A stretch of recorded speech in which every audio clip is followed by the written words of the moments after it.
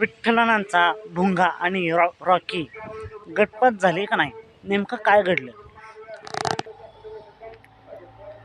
मित्रांनो, आज एक भव्य दिव्य आदतचं हिंद केसरी मैदान पार पडतंय. माळशिरस हिंद केसरी एक आदत एक बैल मैदान. आणि या मैदानातील आपण पाहिलंच गट क्रमांक 22 मध्ये विठ्ठलांचा चिक्या विठ्ठलांचा तेजा गटपासून सेमीसाठी पात्र झालाय.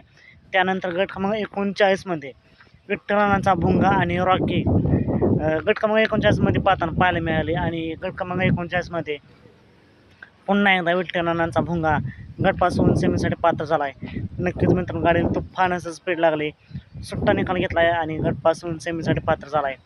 आजच्या मैदानासाठी सेमीसाठी विठ्ठलांचा भुंगा आणि रॉकीला खूप साऱ्या शुभेच्छा. मित्रांनो, असेच वेगवान निकाल पाहण्यासाठी आता आपल्या चॅनेलला सबस्क्राईब करा, लाईक करा आणि शेअर करा. चला, तुम्ही भेटूया पुन्हा एकदा नवीन अपडेट्स भन्नाट अशा नवीन व्हिडिओमध्ये.